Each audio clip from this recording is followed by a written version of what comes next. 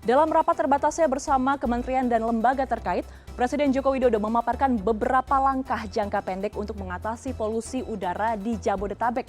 Salah satunya adalah dengan rekayasa cuaca. Lalu kira-kira seberapa efektifkah rekayasa cuaca dalam mengurangi polusi udara? Untuk membahasnya sudah bergabung bersama kami Kepala Pusat Informasi Perubahan Iklim BMKG, Fahri Rajab. Selamat sore Pak Fahri, terima kasih atas waktunya bergabung bersama kami sore hari ini. Ya, selamat sore Mbak Yu. Pak Fahri, salah satu solusi yang disarankan dari Presiden Joko Widodo adalah rekayasa cuaca. Namun kita sebagai masyarakat awam mungkin masih bingung, kira-kira seperti apa rekayasa cuaca dan bagaimana teknisnya?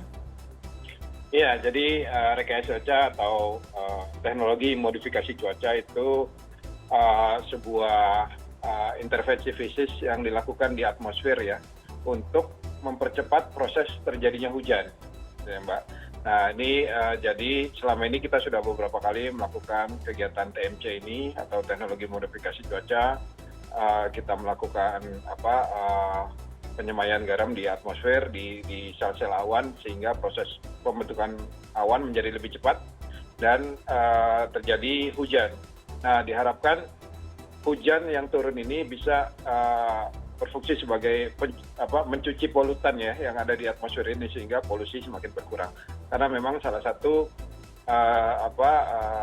langkah efektif ataupun cara alami yang efektif untuk mengurangi polusi udara ini adalah melalui hujan. Baik, salah satu penyebab dari buruknya kualitas udara atau polusi yang terjadi di Jabodetabek dan sekitarnya ini adalah memang kemarau yang berkepanjangan. Tapi pertanyaan berikutnya adalah kira-kira kalau misalkan rekayasa cuaca ini benar-benar dilakukan, seberapa efektif Pak?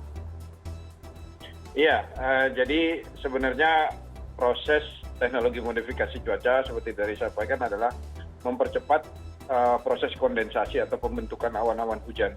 Jadi syaratnya memang harus ada sel-sel awannya dulu, gitu ya. Jadi kalau udara ataupun langitnya atmosfernya clear, sama sekali tidak ada awan, maka itu sulit untuk kita melakukan seeding atau penyemaian sel inti-inti kondensasi seperti garam ya untuk proses TMC ini.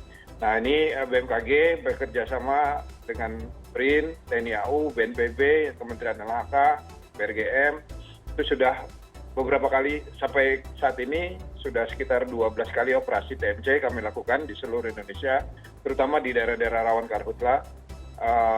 TMC sudah dilakukan dan sampai saat ini pun masih berlangsung ya. Contoh saat ini masih ada juga yang baru saja selesai itu di Kalimantan Selatan ya dan saat ini kita coba lihat lagi daerah lain yang mungkin masih memungkinkan untuk dilakukan TMC. Baik, tapi pertanyaan saya yang mungkin juga menjadi penasaran dari warga masyarakat di Jabodetabek adalah kalau misalkan memang rekayasa cuaca ini dilakukan, namun sebenarnya polusi masih ada dari kendaraan umum dan juga kendaraan pribadi, lalu dari industri, kira-kira ini masih efektif atau sebenarnya tidak menjadi terlalu efektif, Pak? Ya, hujan yang bisa dihasilkan oleh TMC ini memang cukup efektif untuk mengurangi polutan, Pak. Oke. Jadi salah satu cara ataupun mekanisme alamiah untuk mengurangi polutan di atmosfer itu adalah melalui hujan. Nah, jadi memang kita harapkan hujan segera turun sehingga polutan ini bisa tercuci ya, jadi udara jadi lebih bersih. Dengan kondisi di Jabodetabek sekarang, apakah kondisi cuaca kita memungkinkan untuk dilakukan rekayasa cuaca, Pak? Apakah sudah ada bibit awannya sehingga bisa langsung dilakukan rekayasa cuaca? Ya, kami terus memantau setiap hari, Mbak. Jadi dalam beberapa hari terakhir ini memang kondisi awan cukup minim di atas. Kalau kita bicara Jakarta ya, tapi kalau dalam skala lebih luas, misalnya di selatan, daerah dataran tinggi itu masih ada sel-sel awan yang masih bisa kita coba untuk disemai dan ini pun kami terus berkoordinasi dengan teman-teman di BRIN, di TNI AU ya, BNPB, LHK untuk terus menginformasikan potensi pelaksanaan TMC. Berarti masih dipantau setiap hari seperti itu ya Pak, apakah ada kemungkinan untuk disemai atau tidak. Tapi yang juga kita ingin mengetahui Pak, kalau misalkan kita mendengar untuk rekayasa cuaca, mungkin beberapa orang merasa ini adalah solusi yang jangka pendek saja, tapi sebenarnya ini bisa atau tidak sih menjadi solusi jangka panjang untuk mengatasi polusi? Iya, TMC sebenarnya pemanfaatannya banyak ya. Salah satunya yang memang untuk mengurangi hujan yang terjadi bisa mengurangi kondisi polutan itu ya. Tapi ada lagi sebenarnya kemanfaatan lain yang juga bisa jangka panjang dalam artian sebelum musim kemarau hadir misalnya atau di akhir musim kemarau, yaitu untuk membasahi lahan gambut. Nah ini juga yang sudah dilakukan pemerintah dan terus akan dilakukan ya. Seperti tadi saya sampaikan, dari awal tahun kemarin kita sudah melakukan sekitar 12 kali operasi TMC, satu kali operasi itu sekitar 2-3 minggu, bahkan ada yang 1 bulan gitu ya. Itu juga terus kita laksanakan di beberapa lokasi. Dan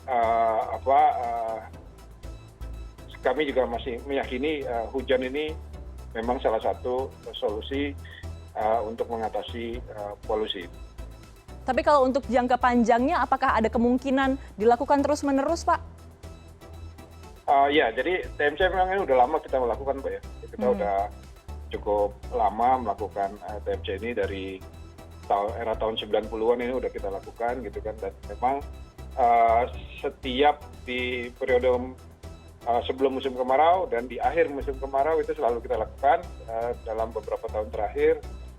Bahkan di musim penghujan pun kita lakukan juga untuk pengendalian banjir ya. Jadi kegiatan ini memang sudah kita lakukan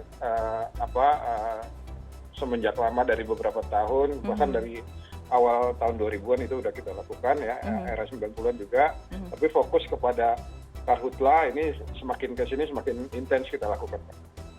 Baik, dan kita juga mengetahui Pak bahwa Presiden Joko Widodo baru saja selesai melakukan rapat terbatas yang tadi mengenai cara untuk mengatasi polusi di Jabodetabek dan sekitarnya. Salah satunya adalah rekayasa cuaca seperti yang kita bahas hari ini. Apakah sudah ada arahan langsung dari Presiden atau kementerian lembaga terkait untuk melakukan rekayasa cuaca? Dan kalau misalkan sudah ada, kira-kira kapan akan dilakukan, Pak? Iya, tentu ya, koordinasi sudah kita lakukan dari awal tahun kemarin.